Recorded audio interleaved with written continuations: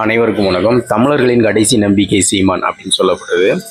அது சரி, அது சரியாக இருக்குமா அப்படின்னு பார்த்தா இல்லை. ஏன்னா தலைவருக்கு பிறகு ஒருத்தர் வருவார், சீமான் மாதிரி ஒருத்தர்லாம் வருவார் அப்படின்னு சொல்லிட்டு யாருமே எதிர்பார்த்துக்க மாட்டாங்க. தலைவர் அவரோட காலத்திலேயே இங்கேயும் தமிழரசன், கலிய பெருமாள் அப்படின்றவங்கெல்லாம் அங்கே இருந்தாங்க. ஆனால் அந்த அளவுக்கு தலைவர் தமிழரசன் அவங்கெல்லாம் ஏன் அவங்களுக்கு பிறகு பரவலை, அதிகமாக பரவலை அப்படின்னா, அப்போ அவங்களோட கொள்கை பெரும்பான்மையான மக்களுக்கு சென்றடைய விடலை.